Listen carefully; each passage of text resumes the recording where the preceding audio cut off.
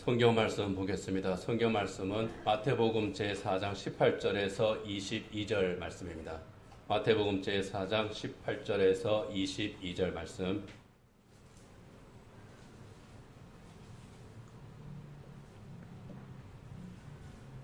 제가 봉독하겠습니다. 하나님께서 주신 말씀입니다. 갈릴리 해변에 다니시다가 두 형제 곧 베드로라 하는 시몬과 그의 형제 안드레가 바다에 금을 던지는 것을 보시니 그들은 어부라 말씀하시되 나를 따라오라 내가 너희를 사람을 낚는 어부가 되게 하리라 하시니 그들이 곧 그물을 버려두고 예수를 따르니라. 거기서 더 가시다가 다른 두 형제 곧 세베대의 아들 야고보와 그의 형제 요한이 그의 아버지 세베대와 함께 배에서 금을 깁는 것을 보시고 부르시니 그들이 곧 배와 아버지를 버려두고 예수를 따르니라. 아멘. 아멘. 우리나라의 대표적인 강은 한강입니다. 이스라엘의 대표적인 강은 요단강이죠.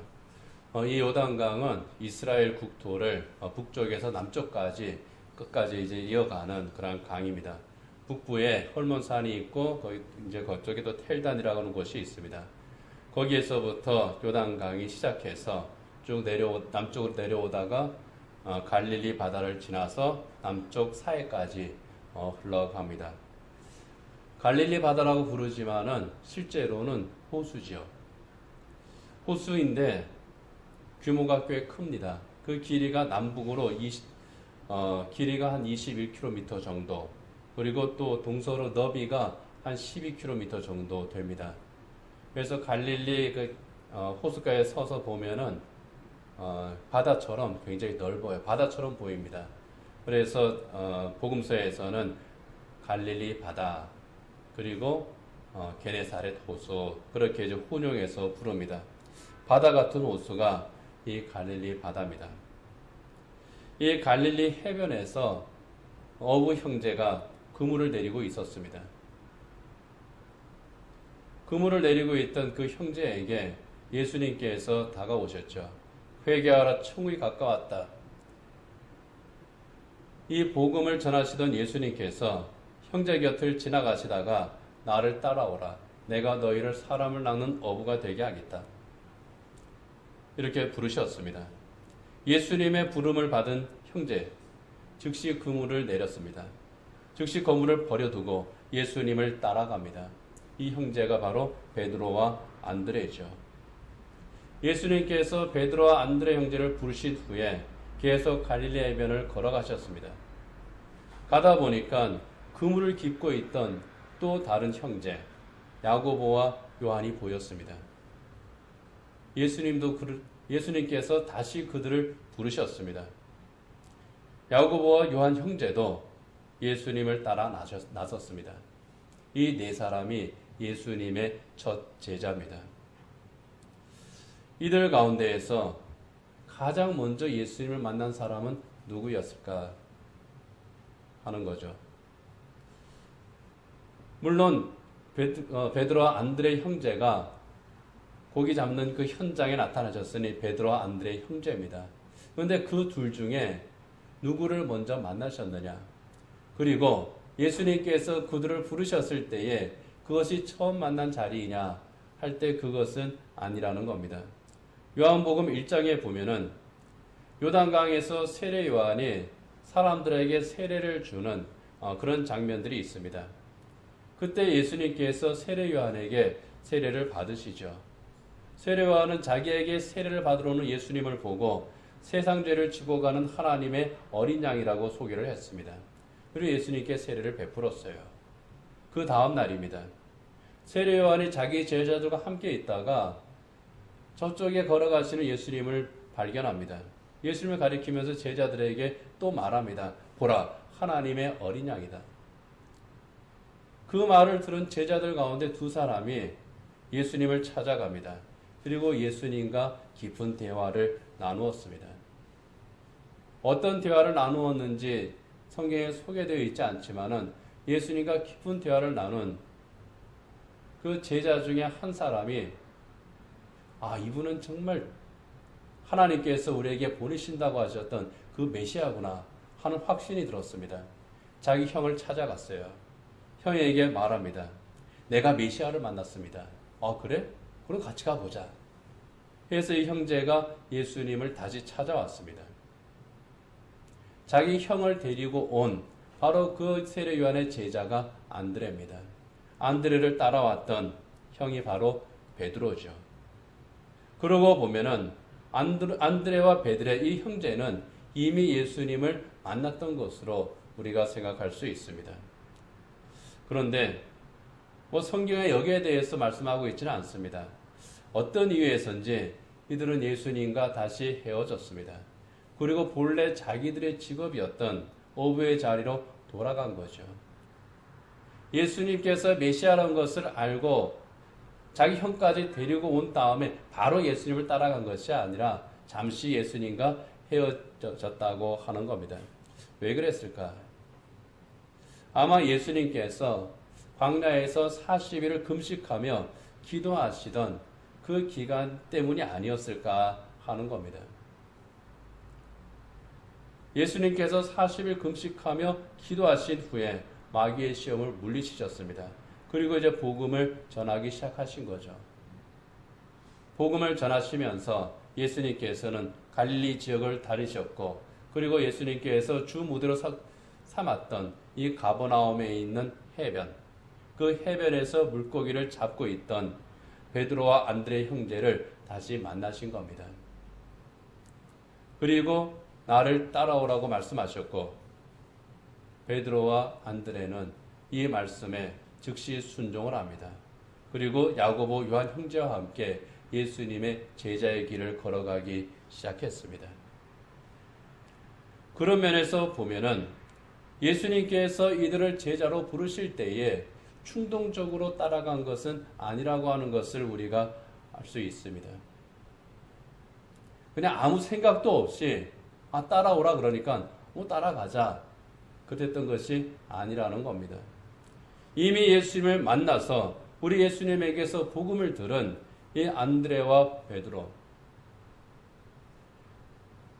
예수님을 다시 만났을 때에 예수님의 부르심에 응답할 수밖에 없었다는 겁니다. 예수님의 부르심은요, 거절할 수 없는 그런 부르심이었습니다. 그리고 거절해서는 안 되는 부르심이기도 합니다. 거절할 수 없는 그 부르심 앞에 순종합니다. 구원의 부르심, 참된 삶의 길로의 그 부르심 앞에 이들은 순종을 했고요. 그 순종이 그들의 인생을 바꾸었습니다. 예수님께서 그들을 부르심으로 그들의 인생은요, 갈릴리 해변에 있는 마을 가버나움에서 평범한 어부로, 어쩌면 평범한 어부로 일생을 마쳤을지도 모르는 바로 그 사람들을 위대한 복음의 증인으로 바꾸었습니다. 그리고 주님의 부르심에 순종한 그들이, 주님의 부르심에 순종함으로 인생이 바꾸어진 그들이 다시 복음으로 세상을 바꾸었다는 겁니다. 주님의 거룩한 부르심은 이렇게 사람을 바꿉니다. 그들로 하여금 하나님의 거룩한 일에 헌신하게 만들었고요. 이 세상 그 누구보다 가장 가치 있고 복된 삶을 살게 했다는 겁니다. 목적이 없는 삶이 아니라 분명한 목적이 있는 삶을 살게 했습니다. 하루하루 살아가는 사람이 아니라 영원을 바라보고 살아가는 그러한 사람이 되게 했습니다. 그리고 그들은 예수님께서 말씀하신 대로 사람을 낚는 어부가 되었습니다. 그런데 예수님께서 부르신 제자들은요, 이 네 사람만이 아니죠.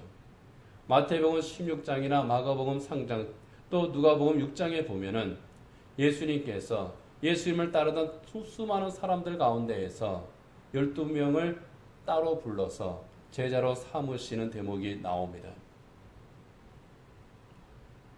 그런데 예수님께서 제자로 12명을 따로 불러서 세우신 그 사람들의 모습을 보면은요, 특별히 따로 불렀는데 특별히 따로 부를 만한 그런 특징이 보이는 사람들이 아닙니다. 베드로, 안드레, 야고보, 요한은 평범한 어부입니다. 그리고 마태는 그 당시에 별로 사회적으로 존경을 받지 못하는 그런 직업을 가진 세리였습니다. 시몬은 극단적인 독립운동가였습니다.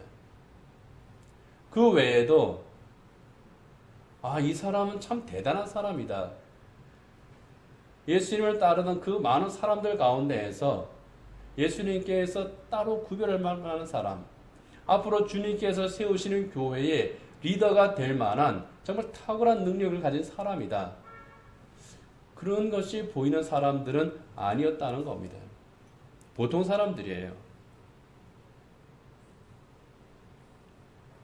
그렇지만 주님의 부르심에 순종한 그들을 우리 주님께서는 정말 특별한 사람들로 만든 것을 봅니다. 그런데 성경에 보면은요, 이 12명의 제자만 제자라고 하지 않습니다. 예수님의 제자는 이들보다 수가 훨씬 많습니다. 마태복음 27장에 보면 예수님께서 십자가에 못 박혀 돌아가신 후에 그 시신을 수습해서 장례식을 지내준 아리마대 요셉, 이 아리마도 요셉도 예수님의 제자였다고 말씀을 하고 있습니다. 그리고 부활하신 예수님께서 승천하실 때에 그곳에 모였던 그 많은 제자들, 여기에는 12명의 제자들만 있었던 게 아닙니다. 예수님을 믿고 따랐던 그 많은 사람들에게 예수님께서 명령을 하십니다. 마태복음 28장 19절에 이하 20절에 보면은요, 너희는 가서 모든 민족을 제자로 삼아 아버지, 아들과 성령의 이름으로 세례를 베풀고 내가 너에게 분부한 모든 것을 가르쳐 지키게 하라고 말씀을 하고 있습니다. 너희가 내 제자고 너희가 다시 복음을 전해서 세상 모든 민족을 예수님의 제자로 만들라고 하는 것이 예수님의 명령이었습니다. 그래서 사도행전에 보면은 교회 성도들을 제자라고 말합니다. 복음을 듣고 구원받은 성도들을 제자라고 그럽니다. 사도행전 6장 7절에 보면은요, 하나님의 말씀이 점점 왕성하여 예루살렘에 있는 제자의 수가 더 심히 많아졌다고 말씀하고요. 사도행전 11장 26절에 보면은 바나바가 바울을 데리고 안디옥에 데리고 와서 둘이 교회에 1년간 모여있어 큰 무리를 가르쳤고 제자들이 안디옥에서 비로소 그리스도인이라는 일컬음을 받게 되었더라. 예수님을 구주로 영접한 그리스도인들이 제자라는 겁니다. 베드로를 비롯한 이 네 사람뿐만 아니라 12명의 제자뿐만 아니라 그리스도인들이 제자라는 겁니다. 그렇다면 우리도 주님의 제자이죠. 우리도 주님의 제자라면은 우리 역시 우리 주님의 제자로서의 삶을 살아야 될 겁니다. 예수님께서는 제자들을 부르신 후에 이 제자들이 제자다운 삶을 살게 하도록 교육을 하셨습니다. 그것이 예수님의 공생의 3년입니다. 제자들과 늘 함께 다니셨죠. 특히 12명의 제자들과는 밤낮으로 함께 지내셨습니다. 함께 식사하셨고요. 함께 잤고요. 함께 길을 갔습니다. 말 그대로 동고동락한 겁니다. 아무 때든지 예수님께서는 12명의 이 제자들에게 천국의 복음에 대해서 늘 말씀을 해주셨습니다.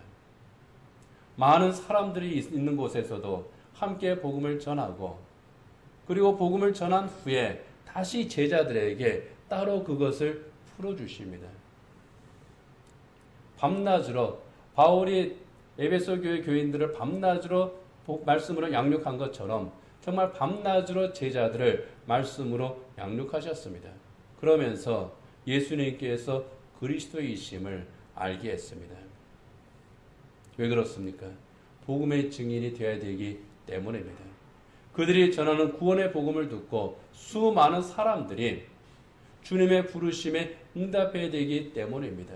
예수님께서 자기들을 부르신 것처럼 자기들을 통해서 다시 주님의 제자가 될 그 사람들, 구원받을 하나님의 자녀들을 부르셔야 했기 때문에 그래서 예수님께서는 그들을 부르시고 그들을 양육하셨고 그들로 하여금 제자의 정체성을 가지게 하신 겁니다. 우리가 주님의 제자라면은 주님께서의 제자들을 함께 하시면서 양육하신 것처럼 우리 역시 주님과 늘 함께 해야 되고, 또 이 제자들이 주님의 가르침으로 제자의 길을 걸어간 것처럼 주님의 가르침에 늘 우리는 귀를 기울여야 될 줄 압니다. 예수님께서 제자들에게 가르쳐 주신 그 제자의 삶, 그것을 제자도라고 합니다. 제자도는 국한 어느 한 부분이 아닙니다. 예수님의 가르치심 전체가 다 제자도입니다.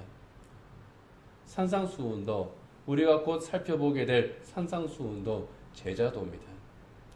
예수님께서 복음서에서 가르쳐 주신 이 제자도의 그 모든 것을 우리가 한번 아울러서 그 핵심만 뽑아본다면은 크게 세 가지를 우리가 찾아낼 수 있습니다.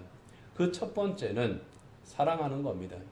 요한복음 13장 34절에 보면은 예수님께서 제자들에게 계명을 하나 주십니다. 내가 세 계명을 너희에게 준다. 서로 사랑하라. 내가 너희를 사랑한 것 같이 너희도 서로 사랑하라. 예수님처럼 사랑하는 것이 제자도의 첫 번째입니다. 내가 너희를 사랑한 것 같이, 말로만 사랑하시는 사랑이 아닙니다. 예수님께서는 분명하게 구체적인 사랑의 방식, 또 사랑의 대상을 설정해 두고 사랑을 하셨다는 겁니다. 나는 여러분을 사랑합니다. 말로만 하는 그런 사랑이 아니었다는 겁니다. 전에 드라마에 보니까 어느 주인공이 그 상대방이 그런 말을 하더라고요. 나 너를 사랑해. 그럽니다. 아, 정말 나 사랑해? 그랬더니 그 다음에 이런 말을 합니다. 나는 너를 사랑하는데 인류애로 사랑해. 그럽니다. 그거는 너를 미워하지는 않고 내가 너를 사랑하기는 하는데 너를 위해서 나는 희생할 생각은 없어. 그런 뜻입니다. 그런 사랑이 아니라는 거예요. 십자가에서 죽기까지 모든 것을 주시는 그 사랑. 예수님께서 제자들에게 내가 너희를 사랑한 것 같이 십자가 위에서 피를 흘리시는 그 사랑으로 제자들을 사랑한 것 같이 너희도 서로 사랑하라.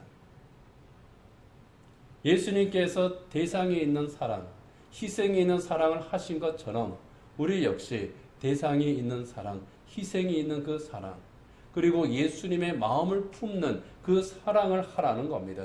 그 사랑의 마음으로, 그 사랑의 실천으로 서로 사랑하는 것, 이것이 제자도입니다. 두 번째는 예수님처럼 겸손히 섬기는 거죠. 요한복음 13장 12절에 15절에 보면은 예수님께서 최후의 만찬을 하신 후에 십자가에 달리시기 전날 밤 제자들과 마지막 식사를 하신 후에 바로 그 자리에서 한 가지 퍼포먼스를 하시죠. 그것이 요한복음 13장 12절에 15절에 나옵니다. 그들의 발을 씻으신 후에 그들의 이제 제자들의 발을 하나하나 씻어 주십니다. 그들의 발을 씻으신 후에 옷을 입으시고 다시 앉아 그들에게 이르시되 내가 너희에게 행한 것을 너희가 아느냐?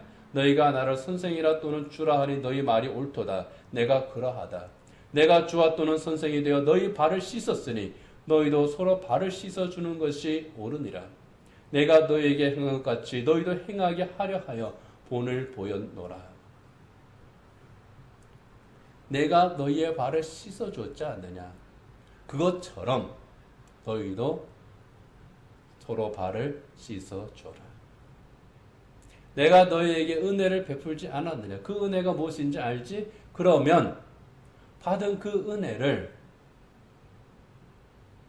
다른 이에게 예수님께서 은혜를 베푸신 것처럼 베풀어라 하는 겁니다.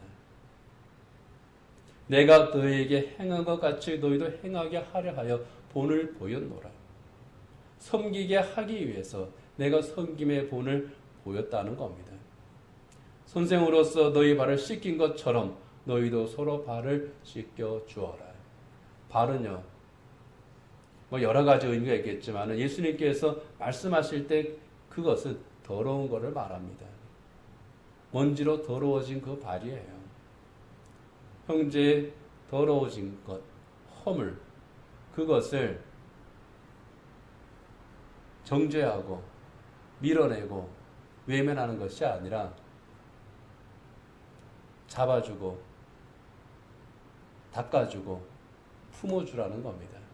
그렇게 함으로써 사랑을 실천하는 거죠. 예수님처럼 무릎을 꿇고 겸손하게 섬기는 것. 이게 제자도의 두 번째입니다. 그리고 제자도의 세 번째는요, 예수님처럼 복음을 전하는 겁니다.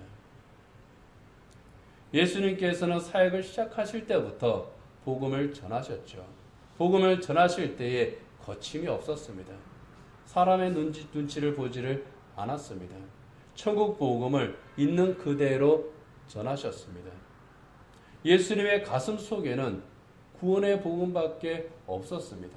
예수님의 눈에는 십자가밖에 보이지 않았습니다. 죄인을 구원하는 복음을 전하기 위해서 또 이 복음을 완성하기 위해서 자기의 모든 것을 다 내어놓으신 분이 우리 주님이십니다. 그래서 예수님께서는 마태복음 16장 24절에서 누구든지 나를 따라오려거든 자기를 부인하고 자기 십자가를 지고 나를 따를 것이라고 말씀을 하신 겁니다. 주님께서 가신 이 복음의 길, 십자가의 길, 자기를 부인하고 자기 십자가를 지고 가는 그 길을 따르는 것이 제자도 세 번째입니다.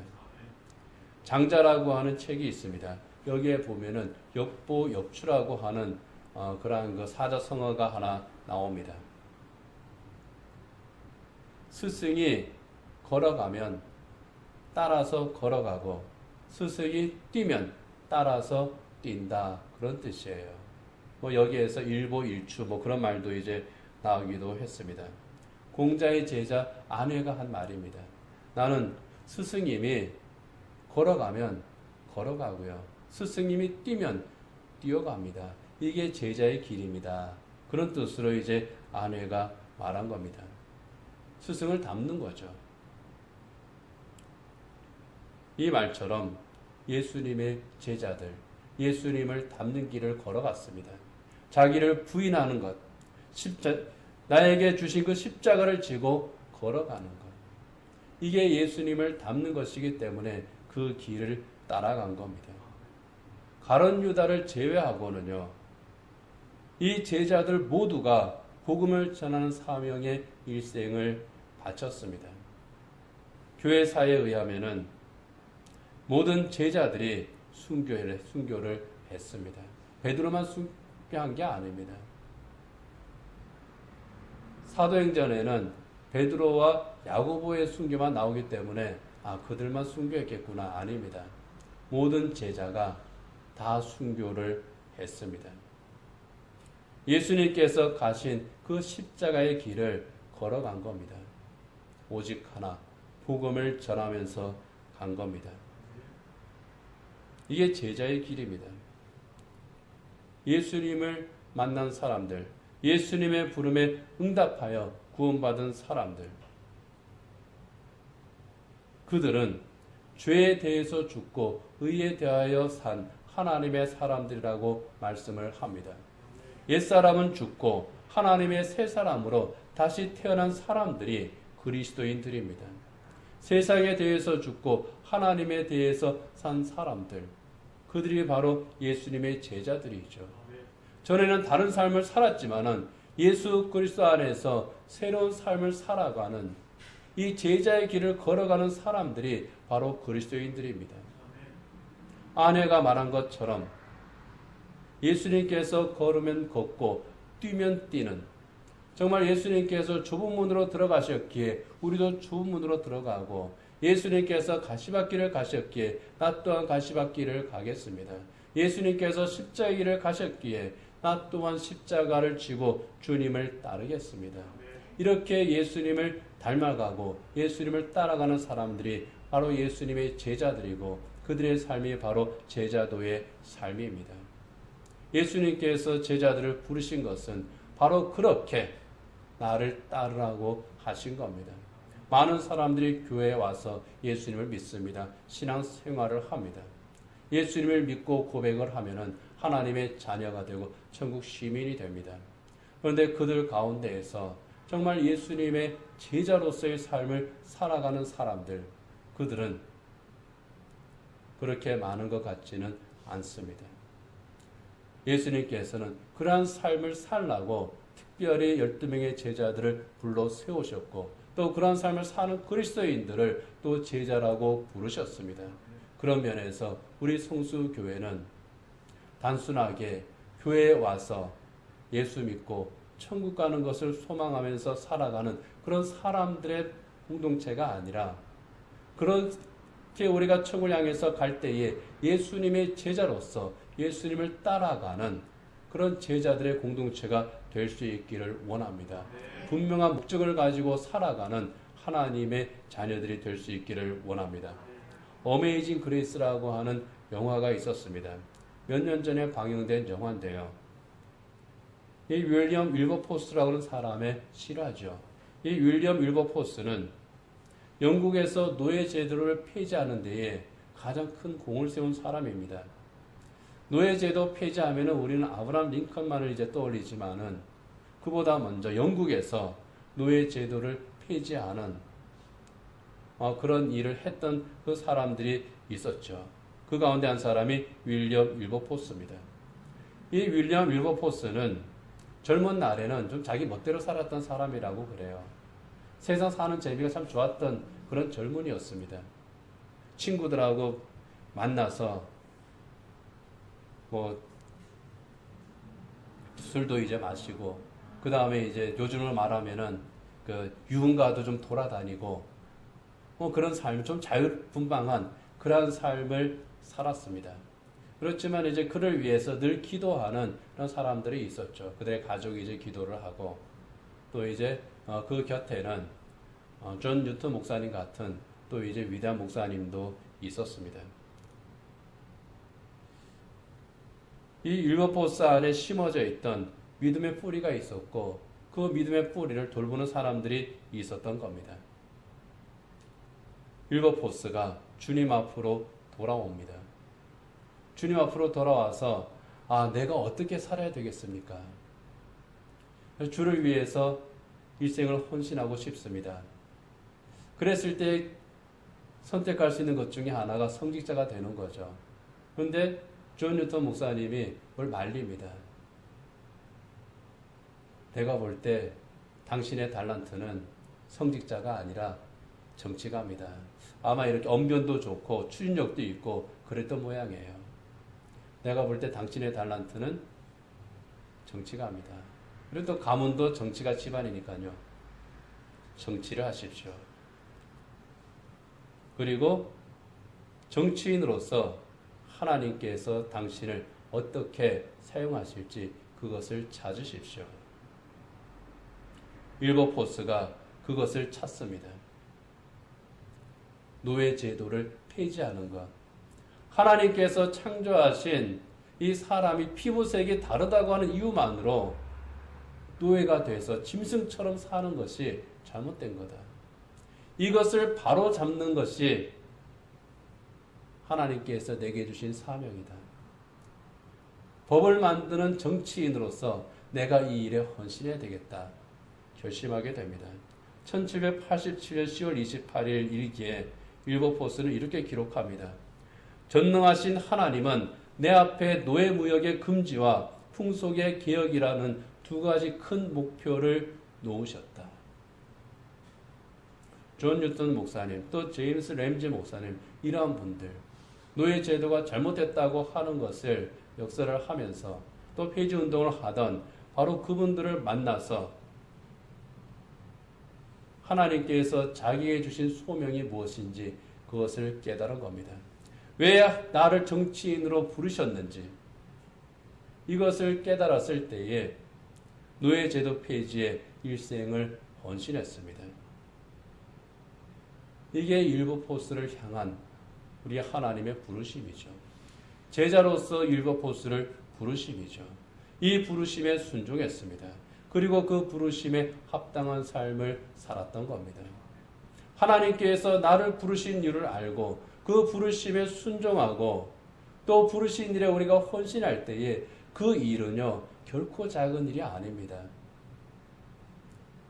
작은 일은 없어요. 저희 조부께서는 늦게 예수님을 믿으셨어요. 예수님을 믿고 보니까 내가 무엇을 해야 되지? 할 수 있는 게 없어요. 그래서 그러셨답니다. 나는 남은 그 인생을 주님을 위해서 드리겠다. 그런데 성취자가 될 수도 없고요. 가진 재산도 없고요. 교회에서 종치는 게 내가 할 일이다. 그래서 남은 여생을 예수 믿고 나서 그토록 즐기던 술은 잘 모르겠어요. 하여간 담배는 고쳐셨는데 하루아침에 다 끊어버리고요. 주님이 주신 내 몸을 깨끗하게 해야 되겠다. 그리고 나는 내 모든 시간을 주님 위해서 드려야 되겠다. 교회 안으로 들어가셔가지고요. 매일 교회 청소하고 그리고 교회 종치고 그렇게 여생을 보내셨습니다. 교회 사찰이 되신 거예요. 그리고 돌아가셨는데 사람들이 볼 때는 그냥 맨날 교회 청소하고 종치던 그런 노인이었을지 모르겠어요. 그런데 교인들이 인정을 했습니다. 교회장을 했고요. 그때 그 찍은 사진들이 있는데 하여간 그 수많은 사람들이 그 장례, 그 행렬, 그 옛날 일이니까요. 상여를 이제 메고 쭉 가는데 그 지역의 사람들이 그 뒤를 정말 구름처럼 따라갔습니다. 작은 일이죠. 어떻게 보면 참 작은 일입니다. 그런데 그 작은 일 우리 주님께서 아시고요. 그리고 작은 일에 헌신하는 그 모습을 보고 모든 성도들이 인정을 합니다. 주님 앞에 작은 일은 없는 거예요. 우리가 나에게 주신 일이 무엇인지 그것을 우리가 볼 수 있을 때 내게 주신 은혜가 얼마나 큰 것인지 우리가 깨달을 때에 정말 우리는 하나님의 부르심에 순종하고 부르심에 합당한 삶을 살아갈 수 있음을 믿습니다. 베드로는 예수님의 부르심에 응답했습니다. 내가 너를 사람을 낚는 어부가 되게 하겠다고 하시는 이 말씀처럼 베드로는 사람을 낚는 어부가 됩니다. 사람의 영혼을 구원하는 생명의 어부. 이것이 베드로의 바뀐 인생입니다. 예수님의 부르심에 응답한 윌버포스, 너의 생명을 구원하는 생명의 어부가 되었습니다. 우리가 주님의 부르심에 응답할 때에 이렇게 변화하는 겁니다. 예수님께서 제자들을 부르신 것처럼 구원을 받은 성도들에게 하나님의 선한 일을 위해 또 제자로 부르십니다. 이 세상에서 제자로 살도록 우리에게 소명을 주십니다. 윌버포스를 부르신 것처럼 이 시대에 하나님의 일을 위해서 우리를 부르십니다. 이 부르심의 음성을 우리가 들을 때에 그 거룩한 부르심에 우리가 순종해야 될 줄 믿습니다. 그리고 부르심에 합당한 그러한 제자의 삶을 살아야 될 줄 압니다. 윌버포스가 내가 왜 정치인이 되었는가를 깨닫습니다. 그리고 그 부르심의 일생을 헌신했습니다. 저희 조부께서 정말 예수님의 그 십자가 은혜로 내가 구원을 받았구나. 그러면 내가 내 남은 생을 어떻게 주님에게 드릴까? 그렇게 함으로써 우리 주님의 부르심에 헌신한 것처럼 주님께서 왜 나를 부르셨는지, 나를 왜 이곳에 서게 하셨는지, 내게 왜 이 직업을 주셨고 내게 왜 이 일을 하게 하셨는지 이것을 우리가 생각할 때에 부르심의 이유를 우리가 깨닫게 될 줄 압니다. 주님의 제자로서 우리가 무엇을 해야 될지 그 일을 찾을 수 있을 줄 압니다. 그때에 우리는 주님께서 맡기신 이 생의 소명에 거룩한 사명에 헌신할 수 있습니다. 십자가 은혜로 우리를 구원하신 주님, 이 시대에 주의 일을 하는 제자로서 우리를 부르고 계십니다. 그렇다면 제자들이 우리 주님을 따른 것처럼 우리 역시 주님을 따르고 하나님의 구원 목적에 헌신해야 되겠습니다. 주님께서 우리를 부르실 때에 그 부르심에 응답하는 것, 그것은 바로 자기를 부인하고 자기 십자가를 지고 예수님을 따르는 제자의 삶입니다. 십자가를 지고 예수님을 따른다고 하는 것은 예수님께서 십자가 위에서 죽으신 것처럼 나 또한 십자가에서 죽고 내 안에 계신 예수 그리스도로 살겠습니다. 내 옛사람을 십자가에 못 박고 이제 예수 그리스도의 은혜로 말미암아 구원받은 새 생명을 얻은 하나님의 사람으로 그렇게 살겠습니다. 날마다 예수님을 배우고 닮아가는 주님의 제자가 되겠습니다. 그런 마음으로 사는 겁니다. 그렇게 우리가 제자의 삶을 살아갈 때에 우리 주님께서 가신 길을 자기를 부인하고 주님의 마음으로 주님의 뒤를 우리가 따라가며 제자의 삶을 살아갈 때에 우리 주님께서는 그 제자들과 내가 세상 끝날까지 함께 하겠다고 말씀을 하셨습니다. 이 주님과 함께 제자의 길을 저 하늘나라까지 함께 걸어가는 저 여러분 되기를 원합니다. 기도하겠습니다.